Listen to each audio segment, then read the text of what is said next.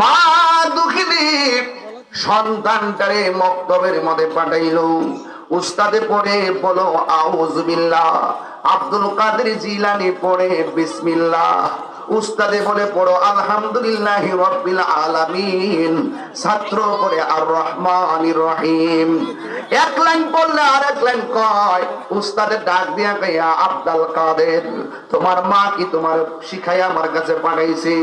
আব্দুল কাদের জিলানীকে হুজুর হুজুর আমার মা আমারে শিখাই নাই, বরং এটা বলেন আমি আমার মায়ের কাছ থেকে শিখেছি। মা মানে শিখাই নাই, মায়ের কাছ থেকে আমি শিখছি। চলো তোমার মায়ের কাছে। মা ফাতেমাতুস সানি, ফাতেমাতুস সানি কইছে এই জন্য যে তোমার খাতুনে যারা মা ফাতেমা আছে, তো এই যে ফাতেমাতুস সানি কইলাম বোঝার জন্য বলছি। শিক্ষিত সময় আপনারা বুঝেন, আমার ভাষা বুঝেন। ফাতেমাতুস সানির কাছে ওই উস্তাদ গেল, যাইয়া ডাক দিয়ে কয় ফাতেমা গো, আপনার সন্তানকে আমার কাছে পাঠাইলেন কি আমাকে পরীক্ষা করার জন্য? কয় কেন? আপনার সন্তানকে আমি বলি আলিফ পড়ো, আপনার সন্তান বা পড়ে। আমি এক লাইন পড়লে সামনের আর এক লাইন পড়ে, আমি এক পৃষ্ঠা পড়লে আরেক পৃষ্ঠা পড়ে। এবার আব্দুল কাদের জিলানী রহমাতুল্লাহ আম্মা ডাক দিয়ে কয় হুজুর আমার সন্তানকে আমি একটা অক্ষর পড়াই নাই। ওই আব্দুল কাদের জিলানী ডাক দিয়া বলে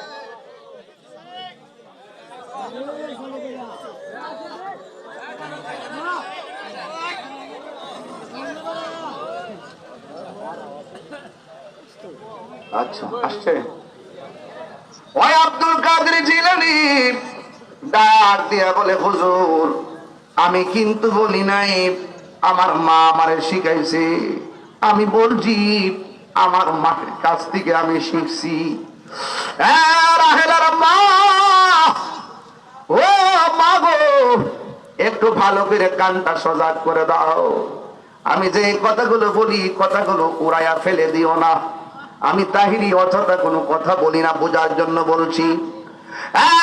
মা হুজুর গাউসুল আজম ডাক দিয়ে কয় হুজুর আমি বলি না এই যে আমার মা আমারে শিখাইছে, আমি বলছি আমি আমার মায়ের কাছ থেকে শিখেছি। মা ডাক দিয়ে ও আব্দুল কাদের আমি আবার তোমার শিখাইলাম কখন, তুমি আবার শিখলা কখন?